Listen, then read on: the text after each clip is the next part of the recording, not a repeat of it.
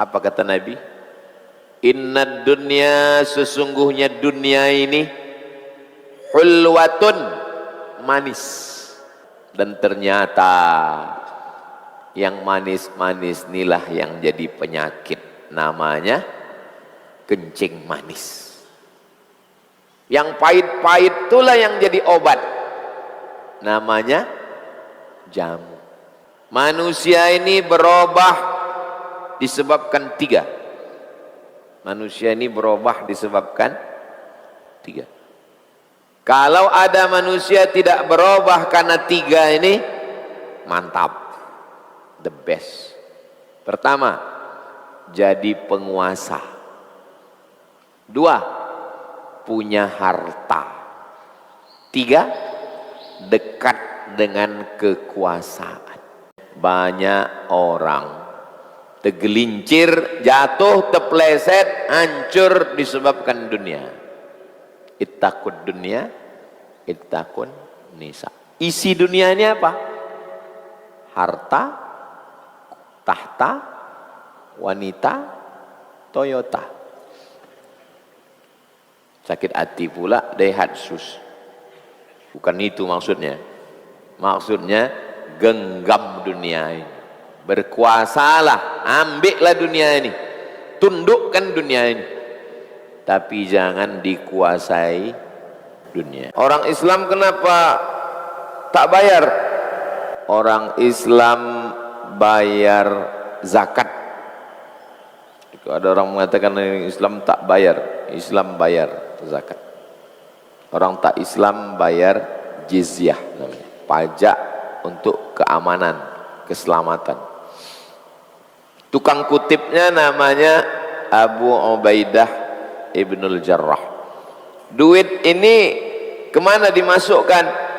Duit ini dimasukkan di Baitul Mal. Zakat, wakaf, infak, sedekah, wasiat, hibah, ghanimah, jizyah masuk ke Baitul Mal, bendahara negara. Faqadima bimalin minal Bahrain. Abu Ubaidah datang membawa duit dari Bahrain. Fasami'atil Ansar, orang-orang Ansar mendengar bahwa Abu Ubaidah datang bawa duit. Orang yang pindah dari Makkah, Muhajirin, orang yang menunggu di Madinah, Ansor. Orang Ansor mendengar Abu Ubaidah datang bawa duit.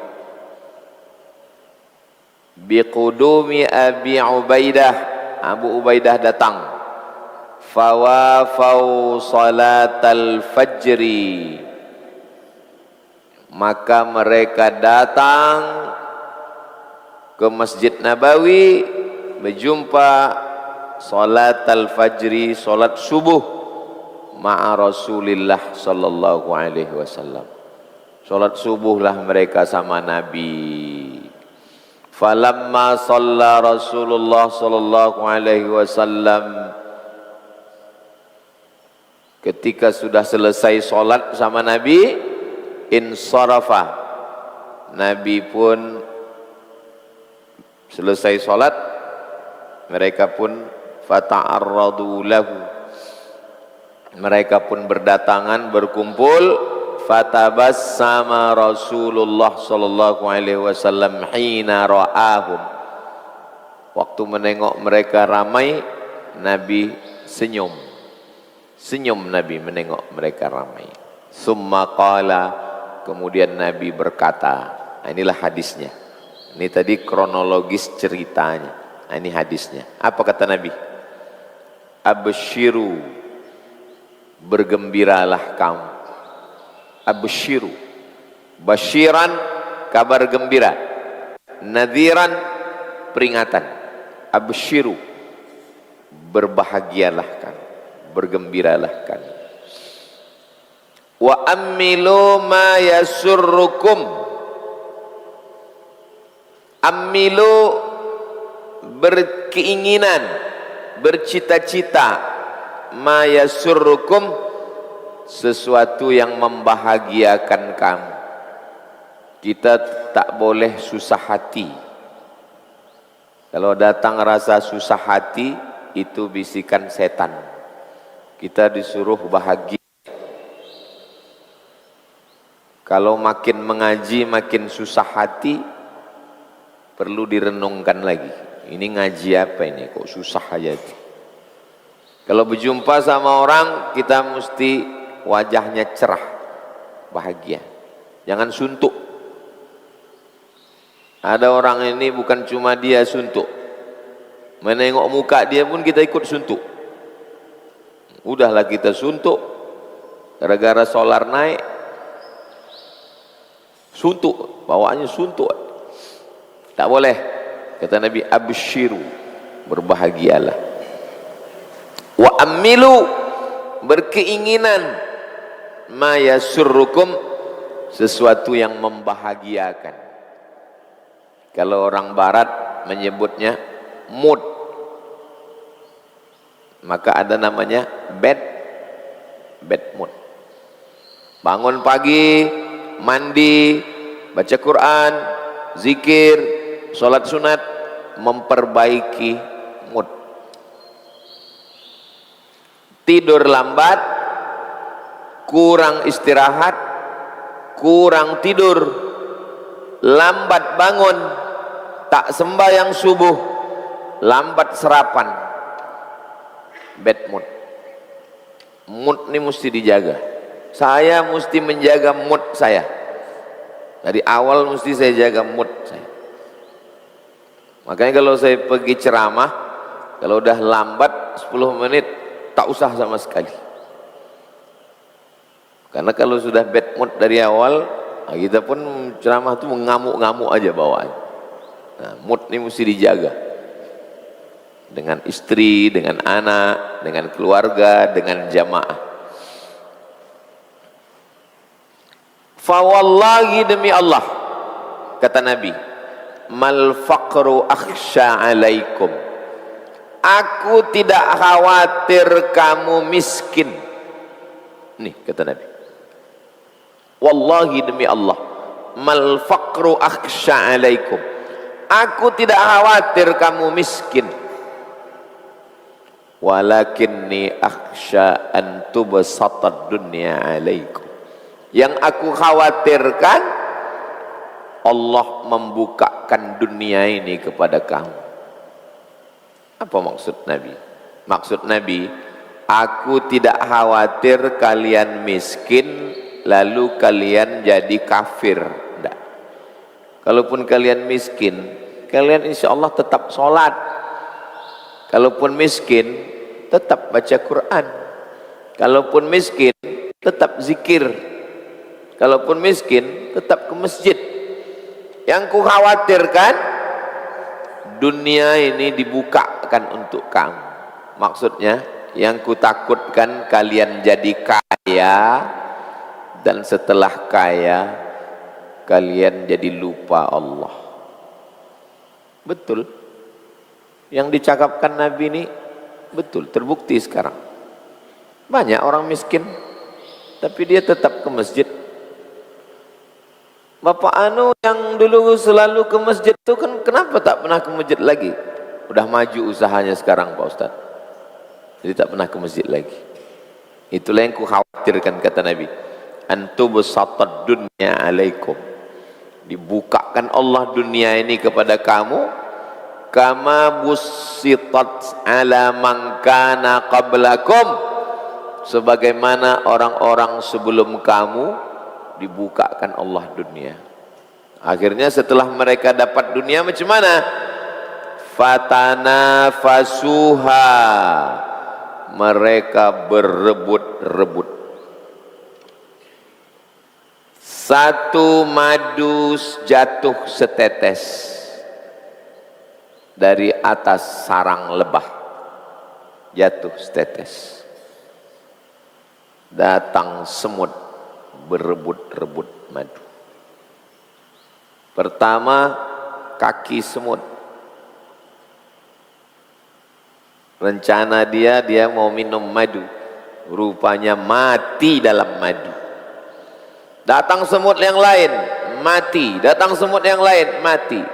Akhirnya setumpuk semut mati bukan kelaparan, tapi mati dalam madu. Mati gara-gara dunia. Fatana fasuha, kamu berebut-rebut dunia. Kama tanafasuha, sebagaimana orang sebelum kamu berebut-rebut dunia. Siapa orang sebelum kita yang dibukakan Allah dunia? Babilonia. Di mana Babilonia itu sekarang? Mesir. Siapa nama rajanya? Nebukadnezar. Dibukakan dunia, berebut. Hancur Nebukadnezar, muncul peradaban baru, namanya Persia. Siapa nama rajanya? Kaisar Cyrus.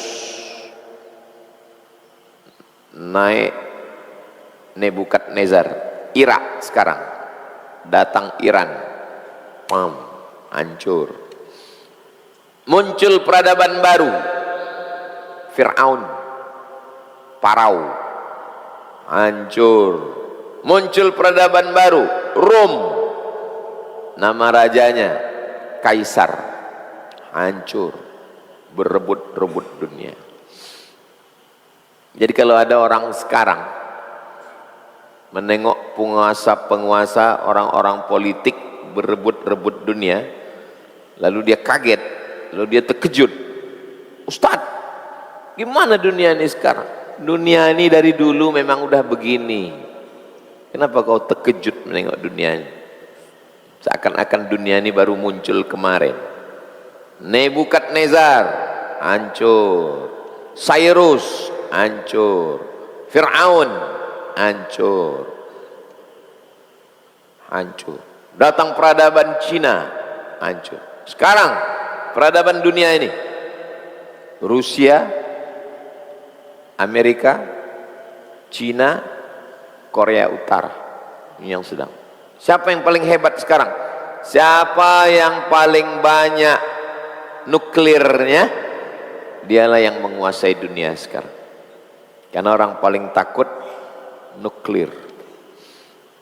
Dulu Jepang hancurkan nuklir, Hiroshima, Nagasaki, habis. Fatuhlikakum, kamu dibinasakan Allah, kama ahlakatshum, sebagaimana orang-orang sebelum kamu dibinasakan Allah subhanahu wa ta'ala. Hadis ini sahih, muttafaqun alaih. Ada dalam sahih Bukhari, ada dalam sahih Muslim. Sepakat Imam Bukhari dan Muslim memuat hadis ini. Inilah hadis yang paling tinggi kualitasnya, karena ada dalam sahih Al-Bukhari, ada dalam sahih Muslim. Jadi kalau begitu tak boleh dunia ini kita ambil. Boleh. Jangan gara-gara ini balik dari pengajian ini kita meninggalkan dunia. Oh, tadi subuh kami udah mengaji, katanya dunia ini mesti diambil.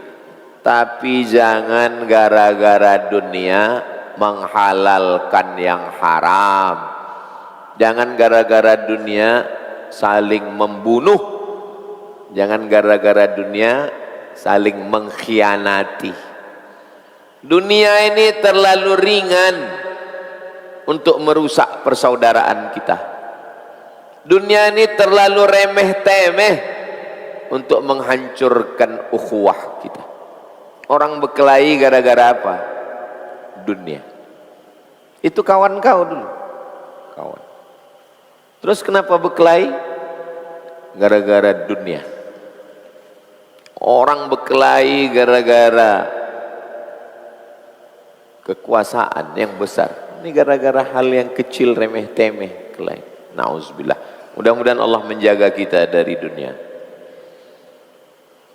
Masjid ini besar kan karena dunia, iya. Lampu cantik kan karena dunia, betul. Karpetnya bagus karena dunia, ya.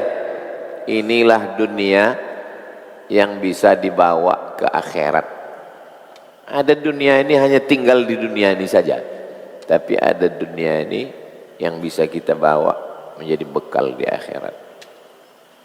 Kita lanjutkan 458. Wa an Abi Sa'idin al-Khudri radhiyallahu an. Dari sahabat Nabi namanya Abu Sa'id al-Khudri. Qala, dia berkata, jalasa Rasulullah sallallahu alaihi wasallam 'alal mimbar. Nabi duduk di atas mimbar. Mimbar Nabi tangganya 3. 1, 2, 3. 1, 2, 3. Ini kenapa sampai 7? Biar nampak di kamera. Nabi tangganya 3. 1, 2, 3. Nabi duduk di atas mimbar. Wajalasna haulahu. Kami duduk di sekeliling dia. Oh, indahnya hidup sahabat. Nabi duduk di tangga ketiga. 1, 2, 3. Kami duduk mengelilingi dia. Mimbar Nabi tidak pakai pagar. Tak ada pagar. 3 aja. 1, 2, 3. Duduk Nabi situ. Sahabat pun keliling. Awalnya Nabi hanya bersandar di batang kurma. Nabi kalau mau menyampaikan sesuatu tegak dia di batang kurma, tak ada mimbar. Datang seorang perempuan, selalu yang punya inisiatif nih perempuan. Ya Rasulullah, ya, indi najjar, aku punya tukang kayu di rumah, boleh ku buatkan mimbar? Kata Nabi, buatlah. Dibuatkanlah mimbar 3. 1, 2, 3. Meninggal Nabi, Abu Bakar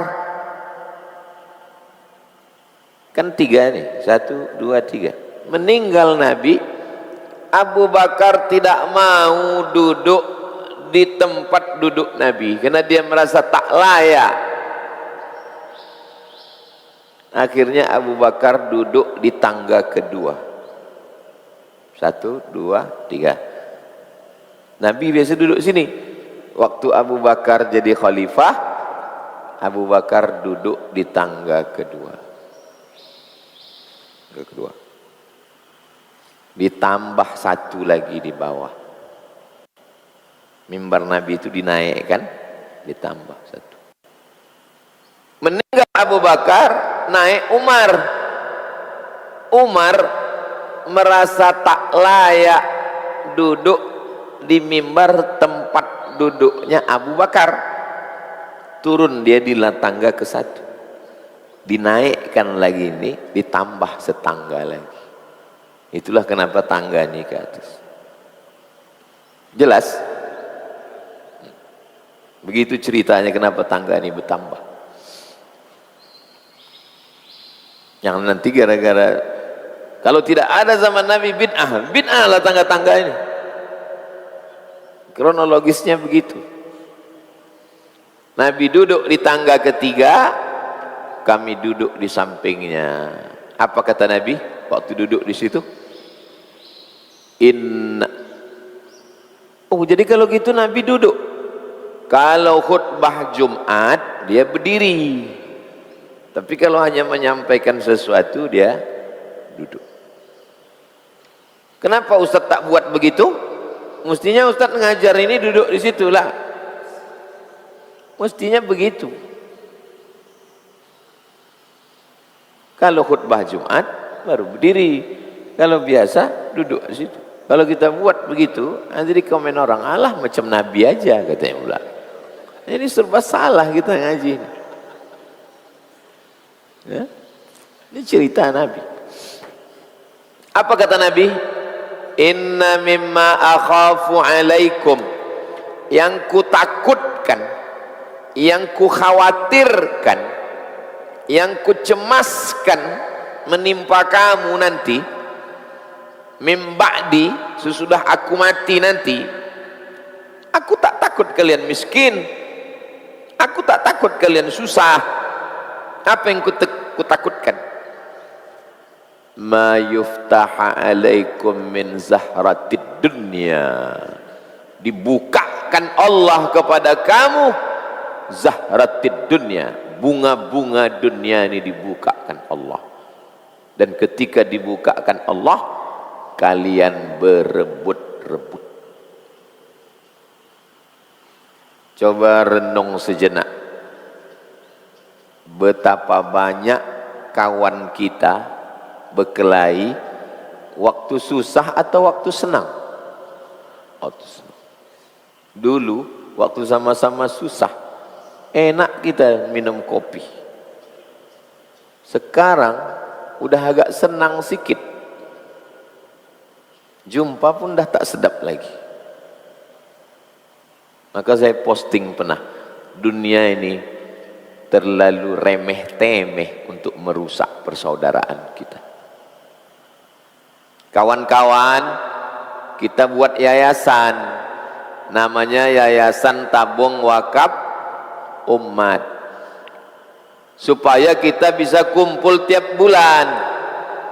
Kalau gara-gara yayasan nih kita bersaudara, kita memperhatikan anak yatim, kita buat sekolah tahfiz, ayo kita teruskan. Tapi kalau gara-gara ini kita berkelahi, baguslah tak usah kita buat. Bulan Agustus, bulan Januari, kumpul kawan-kawan, kita pergi umroh, mengajak jamaah. Kalau gara-gara umroh ini kita bersaudara, ayolah kita pergi. Tapi kalau gara-gara ini kita berkelahi, kenapa Korea Utara sama Korea Selatan berkelahi? Gara-gara nuklir. Kenapa Zelensky dengan Vladimir Putin berkelahi? Gara-gara negara. Ustadz tuh kenapa berkelahi? Gara-gara umroh. Terlalu remeh-temeh dunia ini buat kita berkelahi. Kenapa dia berkelahi? Gara-gara subscriber, gara-gara follower. Aku tak khawatir kalian susah karena miskin. Yang ku khawatirkan, dibukakan Allah bunga-bunga dunia ini. Terus wazinataha, perhiasan-perhiasan dunia. Apa perhiasan dunia ini? Nisa wal banin. Nisa, perempuan. Berkelahi gara-gara perempuan. Macam tak ada aja perempuan lain. Kau dulu akrab sama dia, ya. Kenapa berkelahi? Aku jatuh cinta sama perempuan, Pak Ustaz. Terus aku jatuh cinta sama dia juga. La ilaha illallah. Begitu banyak perempuan. Tak bisa kau jatuh cinta sama yang lain. Ketika cinta tak bisa memilih, Ustaz, mati kita. Nisa wal banin, berkelahi gara-gara anak. Kalian kan bertetangga, iya. Berkawan dekat, iya. Kenapa berkelahi? Gara-gara anak, Pak Ustadz. Anakku menyentil telinga anak dia. Habis itu berkelahi kami. Anaknya akrab, bapaknya tak bisa lagi. Wal banin wal qanatiril muqantarati minadz zahab wal fiddah, kelahi gara-gara emas. Kelahi gara-gara emas. Bisa pula kita berkelahi hanya gara-gara emas 2 gram. Orang bisa akrab gara-gara emas. Siapa itu? Itu yang menggarap tambang emas di Papua. Bisa dia akrab. Ini gara-gara 2 gram berkelahi. Wal an'am, ternak. Wal harth, kebun. Berkelahi gara-gara dunia. rusak hubungan gara-gara dunia. Wa zinataha, perhiasan. Coba tengok, yuftaha alaikum, Allah yang membukakan dunia. Kalau ada orang kaya, konglomerat, bisnismen, Allah membukakan dunia. Banyak orang kalau dia sedang susah, aku sedang diuji Allah, aku sedang diuji Allah nih Pak Ustaz. Tapi pas dia kaya, ini hasil usaha saya. Salah.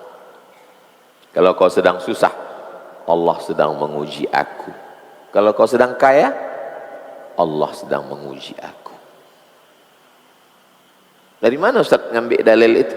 Nabi Sulaiman. Apa kata Nabi Sulaiman? Hadza min fadli Rabbi. Ini rezeki dari Tuhanku. Liyabluwani, untuk menguji aku. Aashkur, apakah aku bersyukur? Am akfur, atau aku menjadi kufur. Ya Allah, jangan sampai dunia ini merusak hubungan kami ya Allah.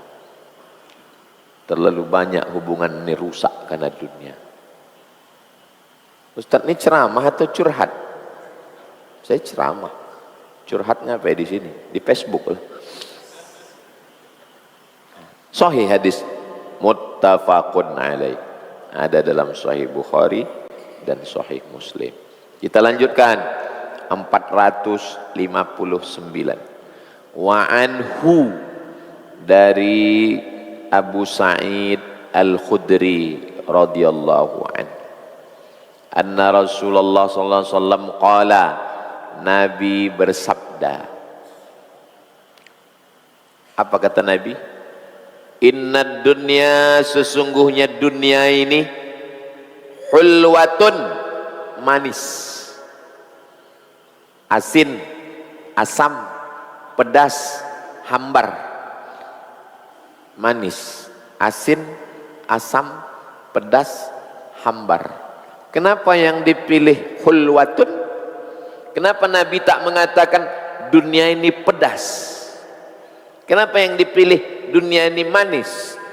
Karena rata-rata manusia suka yang manis. Kecuali orang Sunda, tehnya hambar, tak pakai gula. Orang Melayu tehnya 2 sendok. Udah habis pun kita minum, masih terasa manis.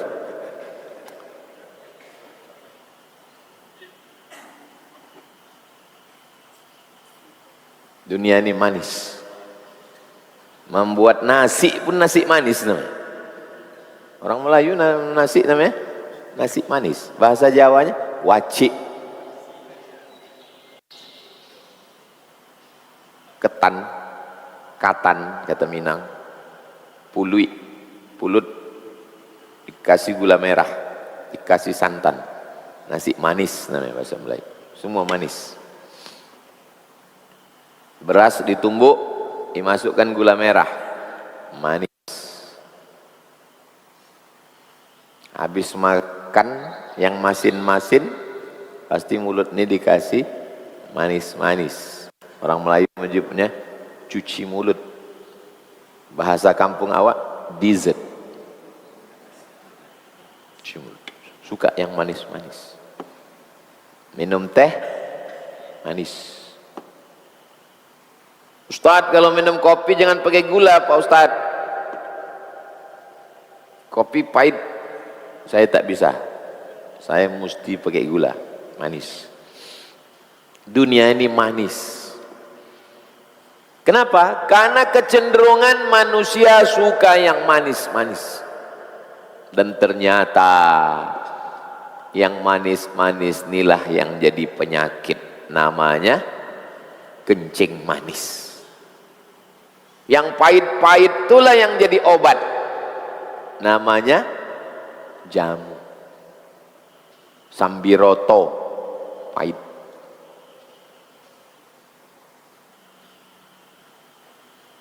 Apa yang macam kunyit tuh? temulawak pahit. Yang pahit-pahit itu bagus, obat. Jangan terlalu banyak minum yang manis-manis, karena semua berasal penyakit dari yang manis. Kalau manisnya terlalu banyak di gigi, gigi berlobang. Maka anak jangan dikasih gula, coklat. Sami sampai sekarang giginya tak tumbuh-tumbuh gara-gara manis-manis. Kalau gulanya terlalu banyak di kulit, kulit kering, bahkan jadi hitam. Kurangi gula.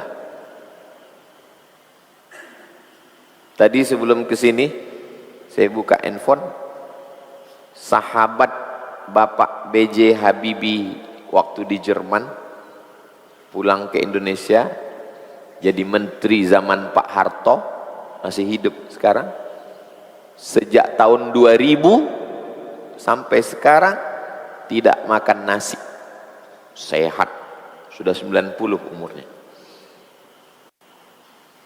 Letakkan nasi, biarkan datang semut. Kenapa? Karena nasi manis. Aslinya orang Melayu tidak makan nasi. Makan apa? Sagu. Tengok di Selat Panjang, mie sagu. Orang Papua tak makan nasi, makan papeda. Dibawa orang tuh sagu segini, siram air, gini kan pakai supit. Coba Pak Ustadz, bagus, efisien, waktu tak habis mengunyah. Ini gini, masuk, tak habis waktu mengunyah, gulanya tak tinggi dan kenyangnya lama. Jangan biasakan anak kita makan nasi. Ustadz, saya sudah meninggalkan nasi putih, tapi saya tetap makan nasi minyak, nasi mandi, nasi goreng, nasi uduk, nasi kuning, nasi lomak, nasi padang. Tak bisa meninggalkan nasi ini. 4 tahun di Mesir makan nasi, 2 tahun di Maroko makan nasi. Jangan menyiksa diri. Kalau mau meninggalkan nasi dari kecil anak kita, jangan biasakan makan nasi. Kalau udah terlanjur, makan aja lah, nikmati hidup, tapi jangan banyak-banyak, sedikit. Ad-dunya khulwatun, dunia ini manis, khadiratun, hijau. Kenapa yang dipilih warna hijau? Ada merah, ada kuning, ada coklat. Kenapa yang dipilih hijau? Karena kecenderungan manusia suka pada yang hijau-hijau. Mana contohnya? Ustadz Somad, ini kalau bisa di halaman ini tanam ya. Udah berapa jamaah yang datang nyuruh saya tanam. Nah, kami belilah bunga pohon-pohon bonsai hijau, supaya hijau mata kita Pak Ustadz. Karena kodrat manusia hijau. Dan ternyata pakaian penghuni surga pun nanti adalah khudrun min sundusin khudrin, dari sutra berwarna hijau. Kata Imam Al-Ghazali, mata kalau mau awet sering-sering menengok warna hijau. Makanya orang kadang batu cincinnya hijau. Kalau hijau namanya zamrud, kalau merah namanya yakut, kalau biru namanya blue sapphire. Nah, hijau, tengok hijau. Dunia ini manis dan hijau. Kenapa karpet kita biru? Yang nyumbang ngasih itu usah banyak-banyak ulah. Udahlah dikasih banyak-banyak permintaan, terserahlah mau kasih apa, asal jangan terkait dengan warna partai. Wa innallaha ta'ala mustakhlifukum, Allah Ta'ala nanti memberikan kamu kekuasaan fiha, di dunia ini. Mustakhlifukum, mengangkat kamu menjadi khalifah. Inni ja'ilun fil ardi khalifah. Allah mengangkat kamu menjadi penguasa di dunia. RT, RW, camat, bupati, gubernur, presiden, Allah yang mengangkat kalian. Jangan kalian macam-macam. Tu'izzu man tasha wa tudhillu man tasha. Tu'izzu man tasha, Allah meninggikan setinggi-tingginya. Wa tudhillu man tasha, Allah menjatuhkan serendah-rendah. Fayanzuru, dititipkan Allah kuasa kepada kalian. Ini kuasa dari aku, kata Allah. Aku kasih kau. Fayanzuru, Allah menengok. Kaifa ta'malun, apa yang kau lakukan dengan kekuasaan yang ada di tanganmu. Manusia ini berubah disebabkan tiga. Manusia ini berubah disebabkan tiga.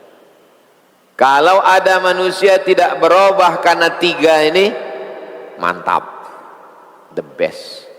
Pertama, jadi penguasa. Dua, punya harta. Tiga, dekat dengan kekuasaan. Manusia berubah karena tiga. Satu, dikasih kuasa. Dulu baik kali dia sama saya, Pak Ustaz. Kalau jumpa senyum. Sekarang baru jadi RT. Jangan tersinggung Pak RT. Satu, manusia berubah karena kuasa. Dua, harta. Tiga, dekat dengan kekuasaan. Belum jadi penguasa lagi, baru jadi jurkam. Dekat dengan kekuasaan.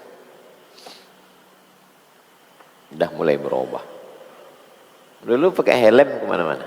Sejak dekat sama polisi udah tak pakai helm lagi. Gua tak pakai helm. Siapa mau nangkap awak?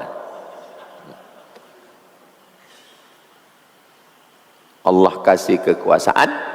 Setelah itu Allah tengok. Kaifa ta'malun? Apa yang akan kau lakukan setelah kau kasih kuasa? 7 dipinjamkan Allah ke kita. Yang dipinjamkan Allah ke kita ini 7. Kudrat, iradat, ilmun, hayat, sama, basor, kalam. 7. Maka waktu sembahyang, waktu sholat, yang 7 ini balikkan kepada Allah. La haula wa la quwata illa billah. Kudrat yang ada sama aku ini, kudrat engkau. Kudrat itu apa? Kemampuan. Ini namanya kudrat. Iradat, keinginan. Saya ingin mengambil air, iradat, keinginan. Saya mampu mengambilnya, kudrat. Kudrat, iradat. Ilmun, hayat, napas. Sama, basar, kalam. Bukan punya kita, punya Allah. Yang 7 ini nanti dicabut Allah, habis. Tak ada kudrat, tak ada idradat, tak ada ilmun, tak ada hayat, tak ada sama, tak ada basar, tak ada kalam. Inna lillah wa inna ilaihi raji'un. Aku tak penguasa Pak Ustaz, aku tidak khalifah, aku tak sultan. Iya, tapi kau dikasihnya 7 ini. Ku kasih kau ini, kaifa ta'malun, kau pakai untuk apa? Fattaqud dunya, fattaqud dunya, takutlah kamu pada dunia. Bukan, hati-hati, waspada. Jangan takut dunia lalu kita meninggalkan dunia. Ittaqud dunya, takutlah dunia. Inilah yang disenangi oleh Belanda. Belanda datang ke Sumatera, lalu orang Sumatera dibilangnya, takutlah kamu pada dunia. Akhirnya Belanda menanam karet, Belanda menanam sawit, Belanda membawa apa tuh yang untuk cerutu, tembakau Delhi. Dibuatlah rel kereta api dari Pangkalan Berandan sampai ke Rantau Prapat. Belanda membuat. Bukit Tinggi, Belanda membuat kereta api. Orang Islam disuruh banyak-banyak berzikir aja, banyak-banyak beribadah aja. Ittaqud dunya, bukan itu maksudnya. Maksudnya genggam dunia ini, berkuasalah, ambillah dunia ini, tundukkan dunia ini, tapi jangan dikuasai dunia. Ittaqud dunya, wattaqun nisa. Jadi jangan diterjemahkan ittaqud dunya, takutlah dunia. Ittaqun nisa, takutlah pada istri. Sesat itu. Ittaqun nisa maksudnya hati-hati, waspada terhadap perempuan. Sekarang memang kalian waktu masih mahasiswa belum apa-apa lagi. Nanti 2036, 2046, ketika kalian nanti mau mencalon jadi wali kota Rimbo Panjang, barulah muncul kasus-kasus itu, naik dia ke atas. 2018, 2019 saya ikut kampanye dengan Bapak Fulan di Sumatera Utara. Parah kali orang politik ini Pak Ustadz. Kenapa? Cewek-cewek saya SMA dulu pun didatangi orang ini, mau dinaikkan, saking nggak ada lagi kasus itu, udah dicari-cari kasusnya nggak ada. Pajak aman, bisnis aman, cewek-cewek SMA dulu pun dicari orang tuh Pak Ustaz. Apalagi dulu, apalagi zaman sekarang. Ingat, jejak digital itu kejam. Ittaqun nisa, takutlah kamu kepada perempuan. Maksudnya banyak orang tergelincir, jatuh, terpleset, hancur disebabkan dunia. Ittaqud dunya, ittaqun nisa. Isi dunia ini apa? Harta, tahta, wanita, Toyota. Sakit hati pula Daihatsus. Itulah isi dunia ini. Ittaqud dunya. Jangan diartikan ittaqud dunya tinggalkan dunia. Kalau ditinggalkan dunia, habislah dunia ini diambil Israel. Salahuddin Al-Ayyubi menundukkan dunia. Muhammad Al-Fatih menundukkan dunia. Silakan berkuasa, pakai kekuasaan itu untuk menolong orang miskin, untuk buat pesantren, pendidikan gratis. Ittaqun nisa, punya istri solihah.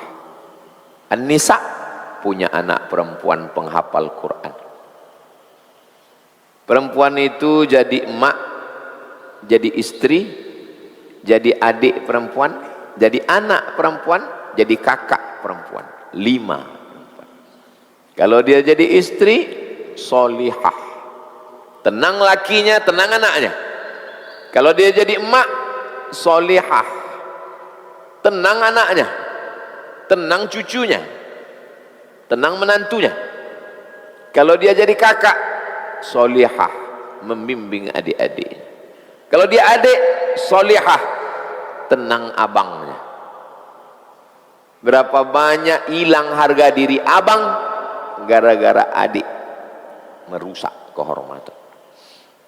Kalau dia jadi makcik, tenang anak kemanakan. Ini perempuan ini 5. Ittaqun nisa. Kalau ibu mendidik anak ibu dengan baik, menantu ibu tak susah. Saya sampai hari ini, sampai subuh tadi, mandi, anduk tuh masih saya letakkan di tempat menjemur anduk. Karena mak saya mengajarkan, jangan kau letakkan anduk ini di atas tempat tidur basah, tak boleh. Sampai sekarang masih masuk ke kepala. Saya sampai hari ini, kalau makan, piring masih saya angkat sendiri ke dapur. Karena mak mengajarkan, jangan ada piring di kamar, jangan ada piring di tempat tamu, tak boleh. Kalau ibu didik anak ibu dengan baik, menantu ibu tenang. Tapi kalau anak kurang ajar, menantu poneng, guru di sekolah stres. Orang sholat sini ya, ghairil maghdubi alaihim waladdallin. Lari anak tu ke atas. Boom, wow, boom, wow. Udah giliran at-tahiyatul, turun dia ke bawah. Alah, ustaz kayak waktu kecil nggak pernah begitu aja. Nggak pernah. Aku kecil tak pernah begitu. Kenapa? Karena mak nih, kau ke masjid sembayang, jangan kau lari, malu aku. Begitu dia menasihati, masuk kotak. Maka saya heran nengok anak-anak, boom, boom, macam mau runtuh masjidnya. Tak diajar maknya di rumah. Ittaqun dunya, ittaqun nisa. Sahih hadis nih Pak Ustaz. Rawahu Muslimun. Hadis ini ada dalam Sahih Muslim. Level 3. Level atas ada dalam Sahih Bukhari, ada dalam Sahih Muslim. Level 2 ada dalam Sahih Bukhari saja, tak ada dalam Sahih Muslim. Level 3 ada dalam Sahih Muslim saja. Level 4 tak ada dalam Sahih Bukhari, tak ada dalam Sahih Muslim, tapi ciri-ciri sifatnya sahih menurut syarat Imam Bukhari dan Muslim. Nah, itu level 4, adanya dalam kitab Mustadrak Al-Hakim. 4 level hadis. Bukhari Muslim, Bukhari saja, Muslim saja, tak ada dalam Bukhari, tak ada dalam Muslim, tapi cukup syarat Bukhari dan Muslim. 4 level hadis. 3 hadis yang kita kaji subuh ini, 457, 458, 459. Rabu depan 460.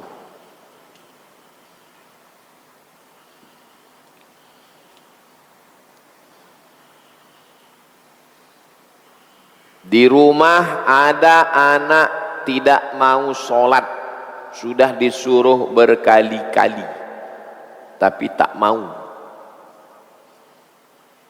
sholat dan ibadah kepada Allah. Apakah orang tua berdosa? Muru auladakum bis-shalah wa hum abna'u sab'a sinin. Suruh umur 7 suruh. Wadribuhum fil ashrah, umur 10 pukul. Tak mau juga usir. Kau kalau tak sembahyang, aku tak mau ngasih kau makan, pergi kau dari rumah. Apakah orang tua berdosa? orang tua menanggung dosa anak yang tak sembayang karena di bawah tanggung jawab dia. Mendidik anak dua gendang, kalau tak dia mati, kita mati. Aku berhenti mendidik kau, dua, aku mati atau kau mati. Mati kau, berhenti aku mendidik, atau mati aku, berhenti aku mendidik kau. Selama aku masih hidup, selama kau masih hidup, maka aku tak berhenti mendidik kau. Sekarang ini generasi strawberry. Orang tua tidak boleh berkata kasar, nanti mental anak terluka. Yalah, pakar-pakar pendidikan parenting tak boleh bersuara tinggi, tak boleh menggunakan pemilihan kata-kata yang menyinggung perasaan, nanti batinnya terluka. Wih, apa? Seorang perempuan, orang Indonesia tinggal di Belanda, buat video vlog. Saya stres tinggal di sini karena saya nggak bisa memarahi anak. Kalau dia memarahi anaknya, jangan nangis. Didengar sama orang, dilaporkannya ke Komisi Perlindungan Anak, masuk penjara. Tak boleh menggunakan kata yang dipilih tak boleh kasar, suara tak boleh tinggi. Akhirnya stres dia, anak nakal tak bisa mengamuk, tak lepas, paksa mengamuk ke laki, ke anak tak bisa. Muru auladakum bisolah, suruh anak kau sembahyang bertujuh. Wadribuhum fil asroh, pukul 10. Wafarriquhum fil madaji', pisah tempat tidur. Kalaulah teori-teori orang barat ini betul, udah gila lah kita ini semua yang hidup Gen X. Ini Gen X nih yang lahir 70-an 80-an ini namanya Gen X. Sekarang ini Gen Z. Ada lagi namanya Gen Alpha. Ini tak boleh disentuh. Sentuh sedikit terluka. Apa ini? Kalau betul lah teori mereka ini, bahwa yang dimarahi, yang dipukul itu gilo laku ini. Dipukul guru pakai rotan, ditempeleng, digundul di pondok, dipukul pakai batang sapu, kelepak batang sapu, sajadah.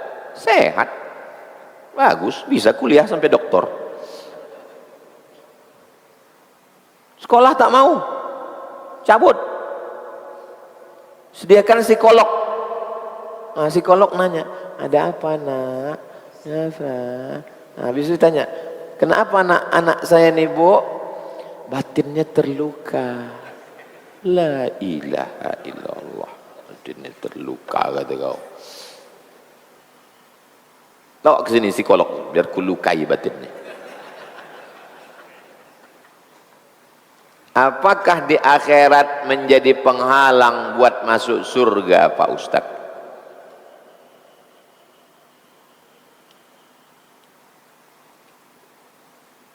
Tahun 2017, 18, 19 2017 saya khutbah tentang runtuhnya Turki Utsmani di Masjid Raya Senaplan. Itu video yang viral di share orang. Saya bawalah mak nih pengajian ke Medan, kemana-mana tempat yang ramai-ramai. Tunjuknya saya, kau jangan macam-macam. Kalau saya udah ustadz, saya udah S2, saya udah dosen. Dia umurnya meninggal 70-71. Udah tua udah. Tapi kalau mengajar, kau jangan macam-macam. Enggak ada istilah dia udah dewasa, dia udah besar, enggak ada. Ibu jangan berhenti bercakap, kau jangan kau macam-macam. Saya pun gitu. Insya Allah makin tua makin garang.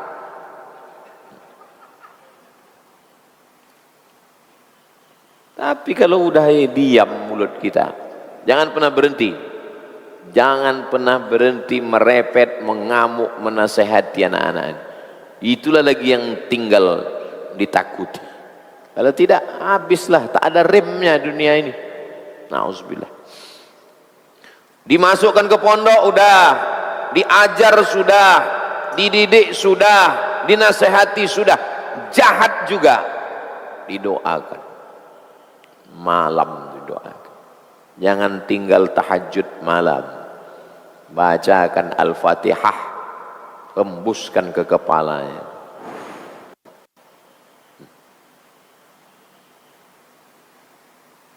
Minta kepada Allah SWT. Semua ikhtiar sudah dilakukan, jahat juga dia. Berarti memang penghuni neraka jahanam lah dia juga. Enggak ada salah kita lagi udah. Tak bisa Allah menyalahkan kita. La yukallifullahu nafsan illa wus'aha. Umar, iya, anakku ini kurang ajar Umar. Hukum dia. Oh, Umar bin Khattab nanya dulu. Ada yang mau disampaikan? Umar bin Khattab, ya, kami ini anak, ya. Apakah kami anak ini punya hak? Kata Umar, ya, kalian punya hak. Apa hak kami? 3. 1, carikan ibu yang baik. 2, nama yang baik. 3, makan yang baik. Maknya baik, namanya baik, makannya baik. Kenapa maknya baik? Maknya ini nanti akan merepet. Mau pulang jam berapa? Nih, maknya baik. Namanya baik.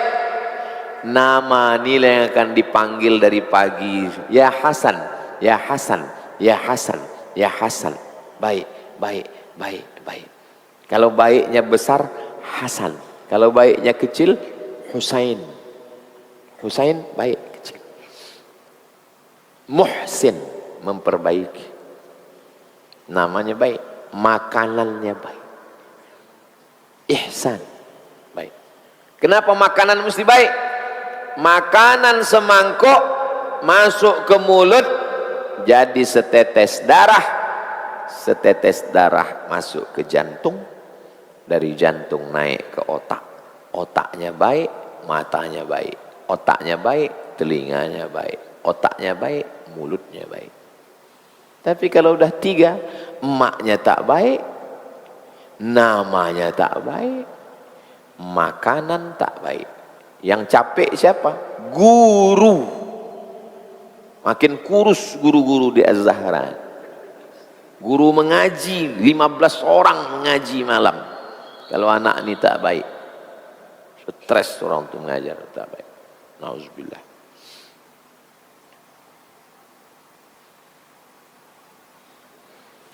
Apakah boleh kita menjual kotoran hewan seperti tai kambing, tai sapi, tai ayam?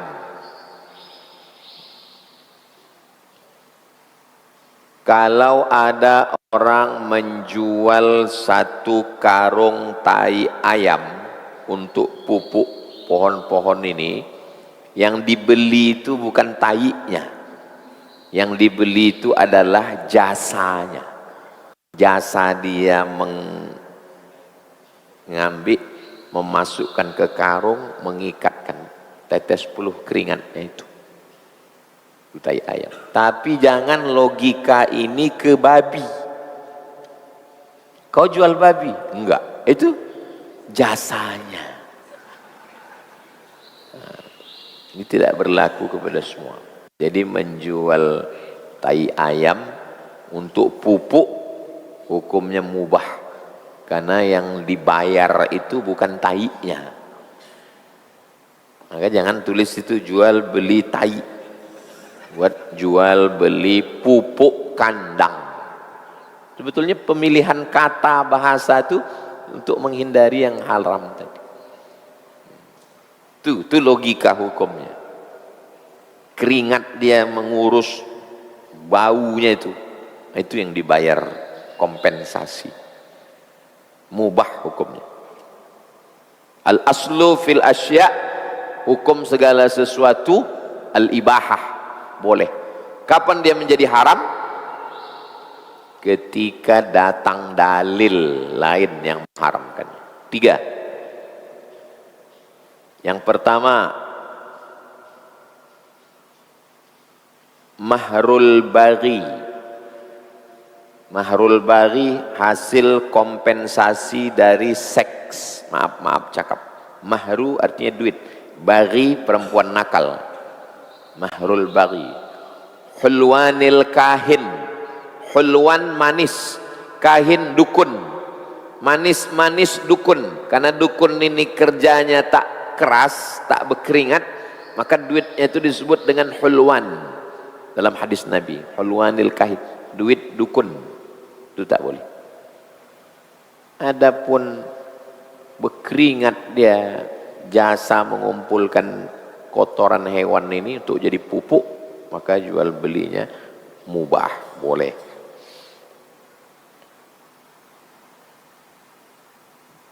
Bagaimana hukum puasa? Berniat puasa Daud, yasumu yauman, puasa hari ini, wa yuftiru yauman, makan besok. Hari Rabu puasa, hari Kamis makan, atau hari Rabu makan, hari Kamis puasa. Tapi bertepatan dengan Idul Adha. Puasa Daudnya lanjut atau stop? Puasa Daudnya berhenti pada tanggal 10 makan, 11 makan, 12 makan, 13 makan, 14 puasa balik. Haram berpuasa pada 1 Syawal, 10 Zulhijjah, 11, 12, 13. Selain daripada itu, lanjutkanlah puasa Daud. Bagi yang berpuasa Daud, lanjutkanlah puasa Daud. Bagus puasa Daud. Ada yang lebih berat lagi dari puasa Daud. Puasa dahar. Bukan dahar. Kalau dahar itu makan. Kumaha, dahar. Kalau dahar, puasa tiap hari. Setelah Nabi Muhammad sallallahu alaihi wasallam meninggal, Sayyidatuna Aisyah puasa dahar. Suami tak ada, anak tak ada, puasa terus. Aisyah itu puasa sampai meninggal. Abdullah bin Umar, anak Umar bin Khattab, puasa dahar. Bagus. Salah satu obat kanker, puasa.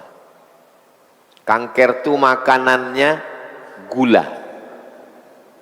Jadi supaya kanker itu mati, jangan kasih dia gula.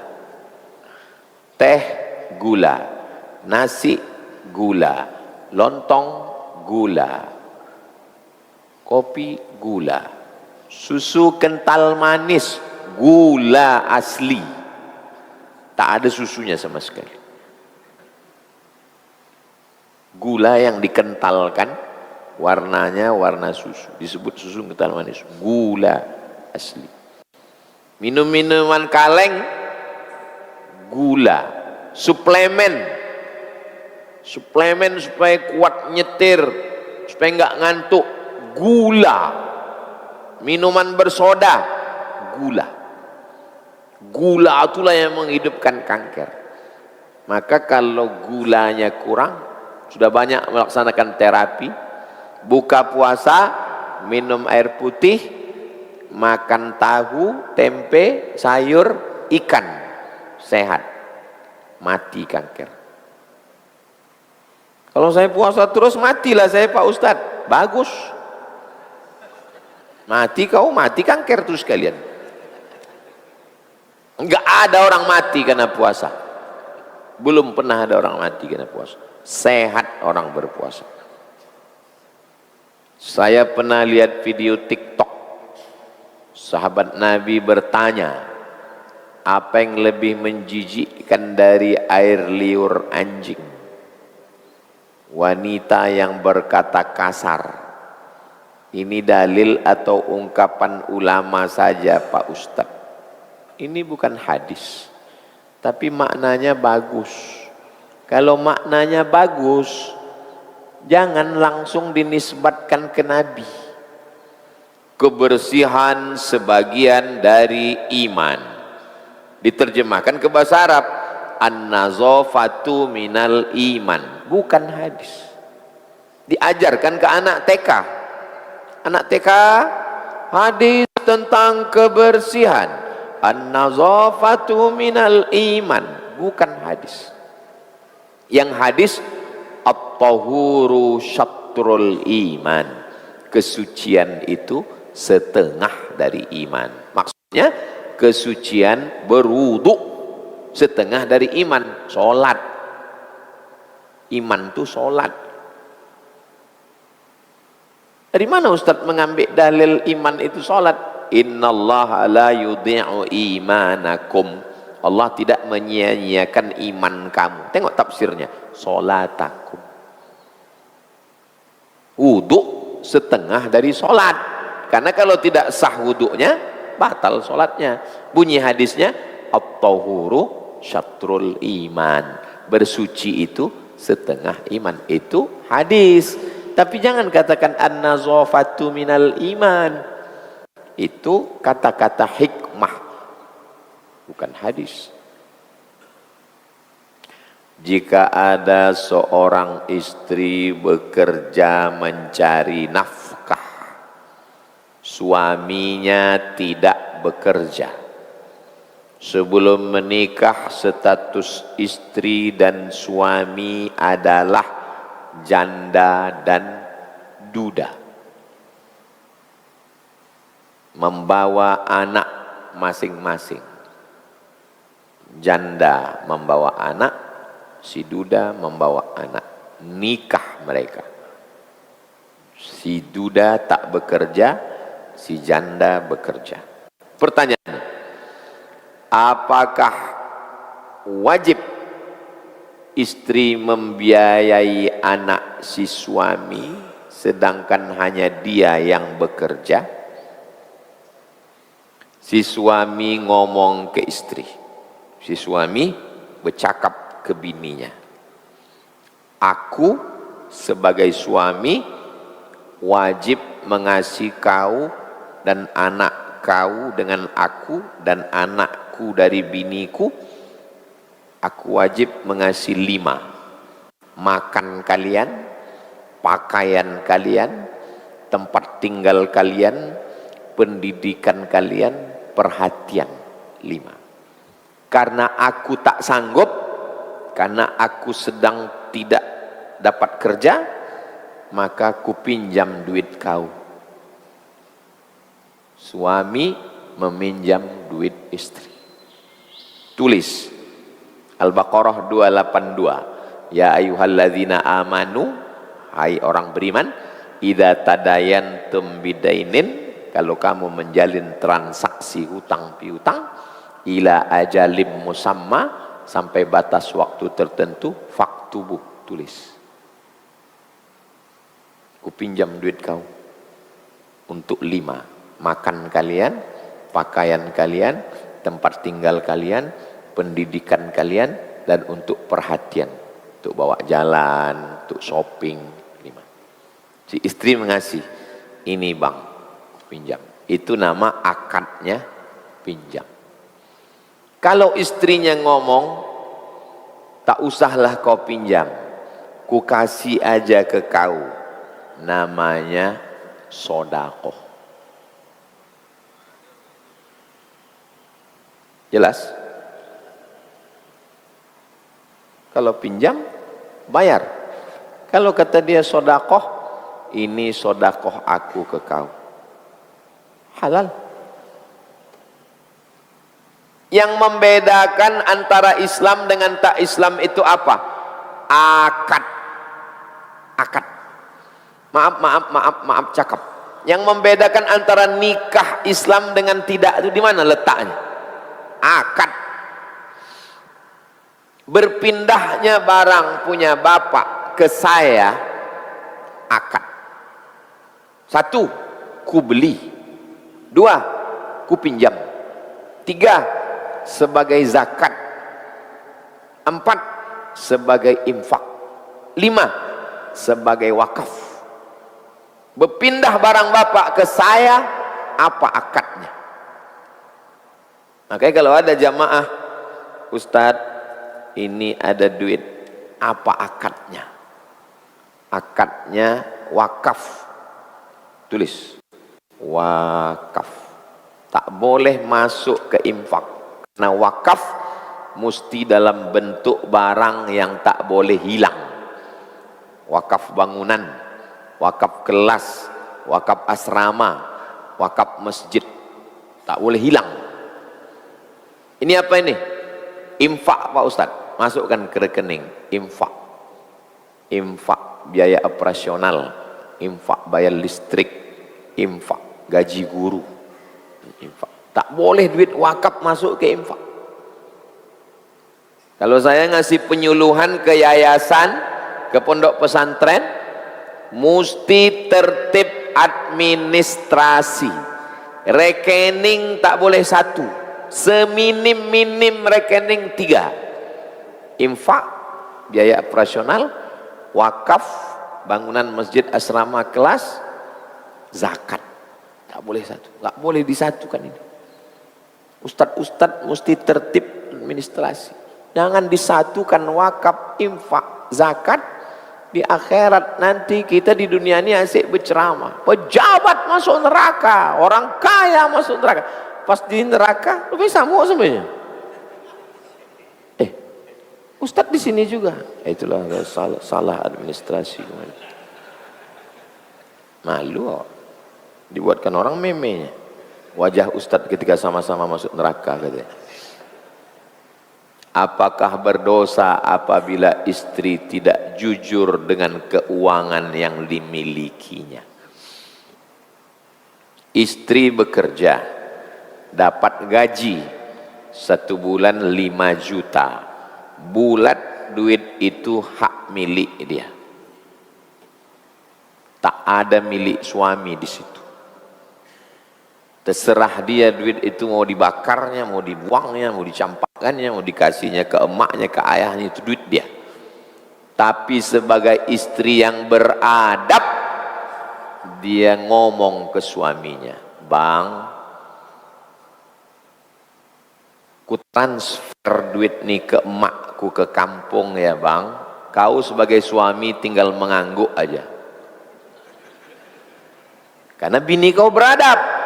Itu bukan minta izin. Dia tak perlu minta izin karena duit itu duit dia. Tak perlu dia minta izin karena duit itu duit dia. Tapi karena dia beradab, dia mengaji, dia ngomong, "Bang, ku kirim duit nih ke ayahku ya. Kau tinggal mengangguk aja." "Bang, ini gajiku 5 juta. Ku simpan 2 juta untuk persiapan. Yang 3 ini pakailah sementara kau dapat kerja." Itulah pentingnya belaki mengaji. Kau nikah sama orang kaya, rezeki kau tak bertambah, karena rezeki kau sudah tertulis di Lauhil Mahfuz. Kau nikah sama orang miskin, rezeki kau tak berkurang, karena rezeki kau sudah ditetapkan Allah. Tapi kalau kau nikah sama orang soleh, rezeki kau berkah. Hai anak perempuanku, kalau kau nikah sama orang kaya, rezeki kau tak bertambah. Kalau kau nikah sama orang miskin, rezeki kau tak berkurang. Tapi kalau kau nikah sama orang soleh, rezeki kau berkah. Aku tak punya anak perempuan. Tapi santri-santri itu saya ajarkan untuk tahu, mengerti, faham. Menikahlah dengan orang yang faham agama. Kalaupun dia tidak bisa membahagiakanmu, paling tidak dia tidak menzolimi. Tapi kalau kau menikah dengan Fir'aun, sudahlah kau tak bahagia, kau teraniaya. Waspadalah.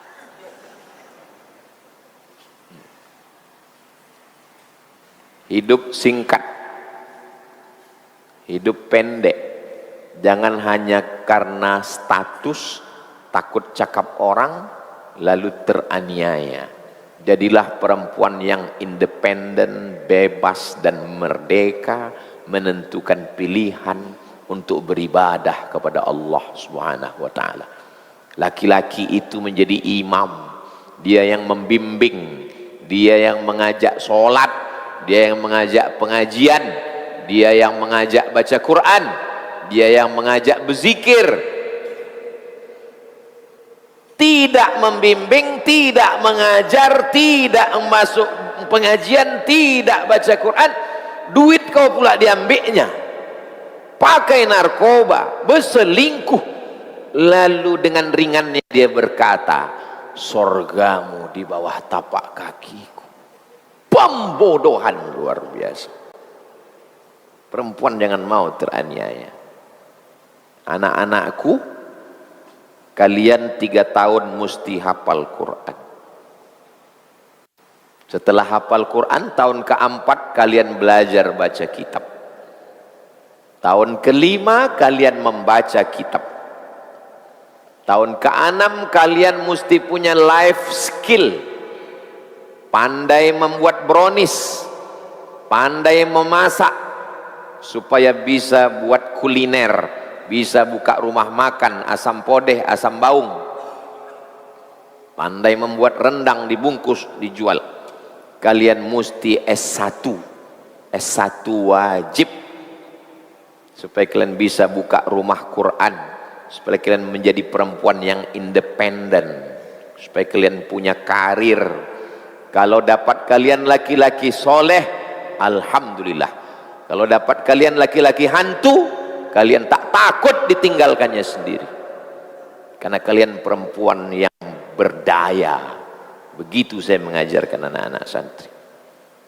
Kalau ada ayah kalian, datang laki-laki meminang kalian, dia memutuskan. Tapi kalau ayah kalian tak ada, datang dia meminang kemari, walinya wali hakim, aku yang menengok dia. Tak ku tengok kayanya, tak ku tengok kuasanya.